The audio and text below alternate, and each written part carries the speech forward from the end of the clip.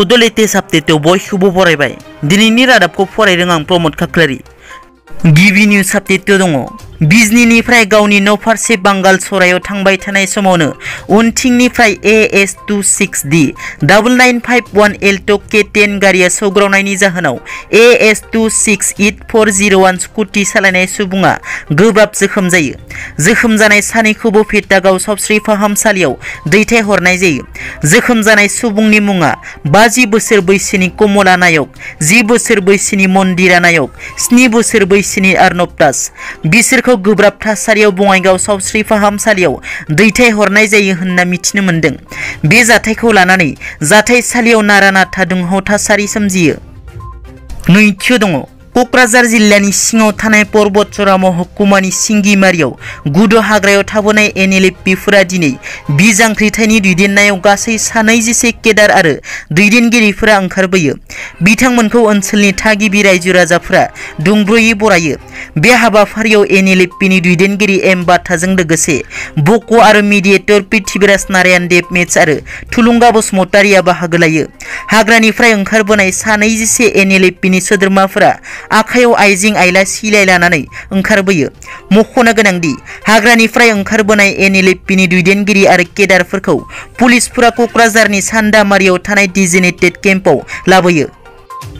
थामथियाव दङ हाग्रामा महिलारिया आसामनि गिबि मन्त्रि डक्टर हिमन्त बिश्व शर्माजों सावरायगासिनो होनना खौरां गोसारगासिनो। बिनि सायाव खौरांगिरिया सोंथि खालामनायाव बिटिआरनि गाहाय प्रमोद बर'आ बुङोदि आंनि गुबै थांखिया राजखान्थि नङा, हाग्रामा नङा। आंनि थांखिया रावबो UPPL BJP नङा।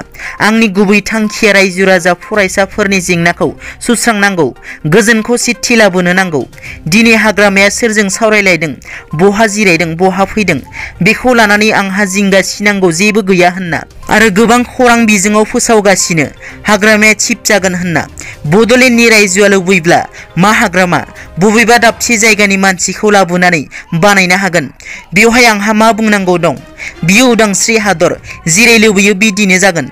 नाथाय जिखिनि सान दायित्व लादों बे सानखौ रायजोनि थाखाय खामानि मावनो फैदों होनना। गाबोन जुदि बेफोरबायदि थासारि जायो जे बेवहाय हाग्रामाया चिफ जानांगौ, जाथों, आंहा बुंनांगौ जेबो गैया।